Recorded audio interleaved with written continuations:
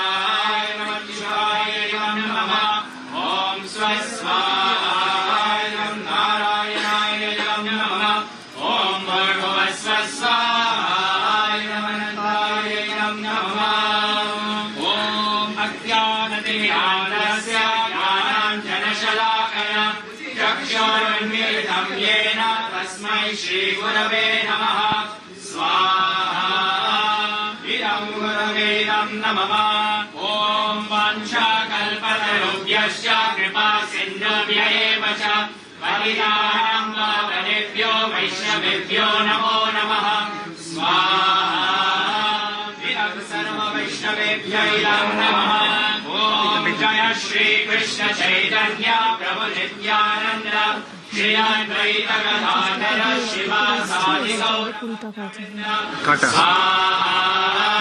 इदं पञ्चतत्त्वायै नमः ॐ हरे कृष्ण कृष्ण कृष्ण हरे हरे हरे राम राम राम हरे हरे स्वाहा इदं राधा कृष्णाभ्यामिदं नमः ॐ भूर्स्वाहा इदं विष्णवे नमः ॐ भुवस्वाहा इदं अच्युतायै नमः ॐ स्वस्वाहा इदं नारायणायै नमः ॐ भूर्भुवस्वस्वाहा इदं अनन्तायै नमः।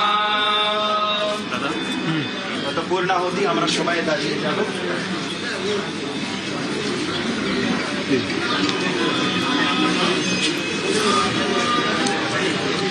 ॐ पूर्णहोमं यशसे विष्णवे जुहोमि यस्मै विष्णवे जुहोमि समर्पयामि नाति विष्णोर्नरम्बिणे यशसा विलोके।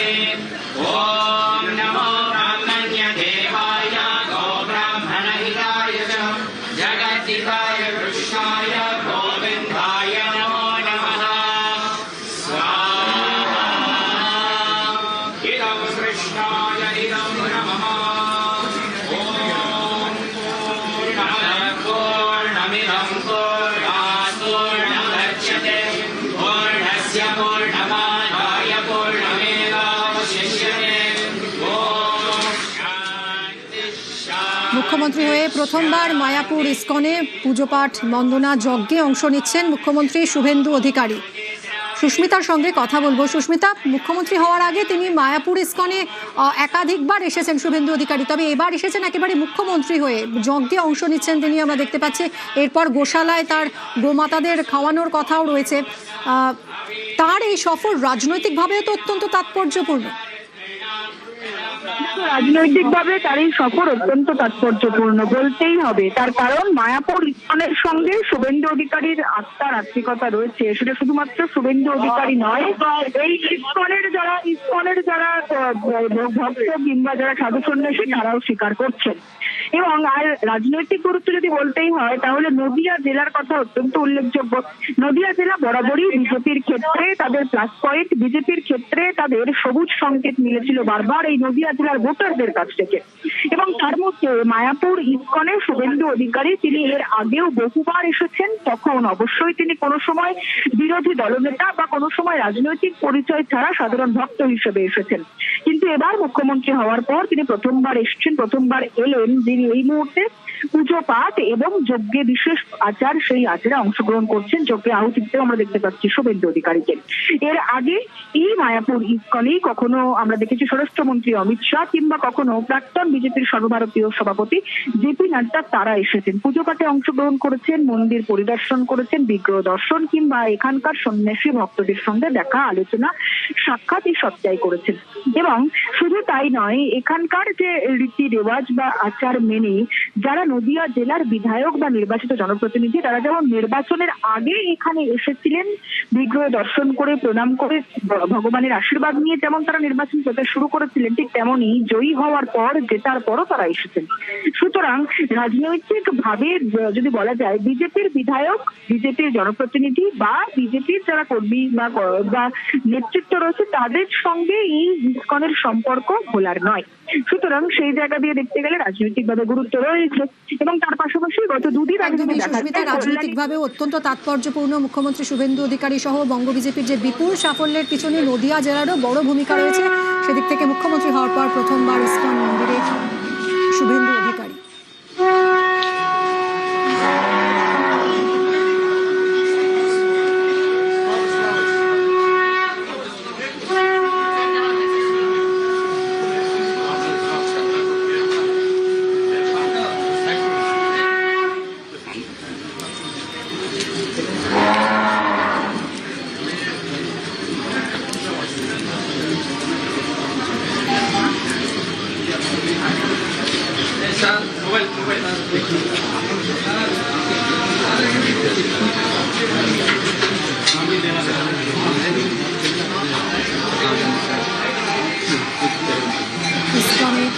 মায়াপুর ইস্কনে মুখ্যমন্ত্রী শুভেন্দু অধিকারী বিশেষ যজ্ঞে আয়োজন করা হয়েছিল আজ যজ্ঞের, সেই যজ্ঞে অংশ নিলেন।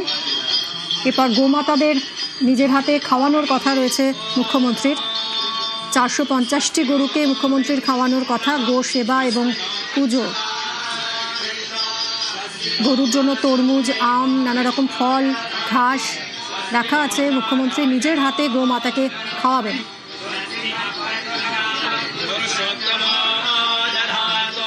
स्वस्ति नो विश्वक्सेनो विश्वेश्वरः स्वस्ति नो ऋषिकेशो हरिर्दधातु स्वस्ति नो वैनादेयो हरिः स्वस्ति नो अञ्जनासुतो हरिर्दधातु स्वस्ति स्वस्ति सुमङ्गलैतेषो महान् श्रीकृष्ण सच्चिदानन्दः सर्वेश्वरेश्वरो